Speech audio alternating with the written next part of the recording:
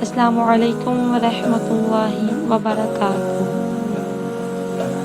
انشاءاللہ اللہ تعالیٰ کی توفیق سے آج سے ہم اللہ کے خوبصورت ناموں کے بارے میں جانیں گے۔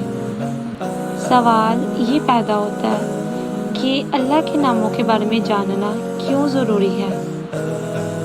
دیکھیں، کسی کی پہچان کے لیے اس کا نام جاننا ضروری ہوتا ہے۔ عام روزمرہ زندگی میں بھی ہم یہ دیکھتے ہیں کہ کسی بھی چیز کے ساتھ ہم تب ہی خوبصورت معاملہ کرتے ہیں جب ہمیں اس کی پہچان ہوتی ہے۔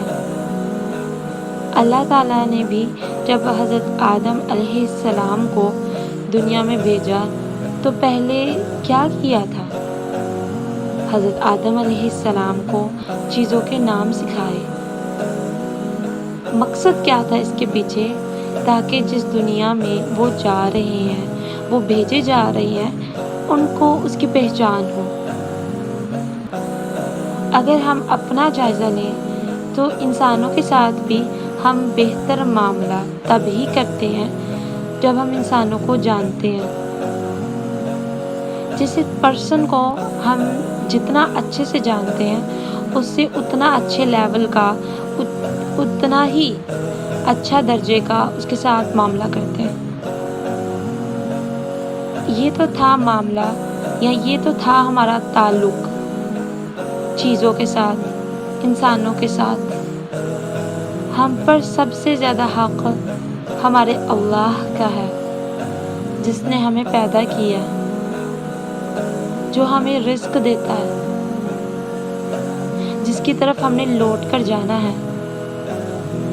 اللہ تعالیٰ سے تعلق اس وقت ہی درست ہو سکتا ہے جب ہم اپنے پیارے اللہ جی کو پہچان لیں۔ اب اللہ تعالیٰ کی معرفت اور اللہ تعالیٰ کی پہچان کیسے کریں؟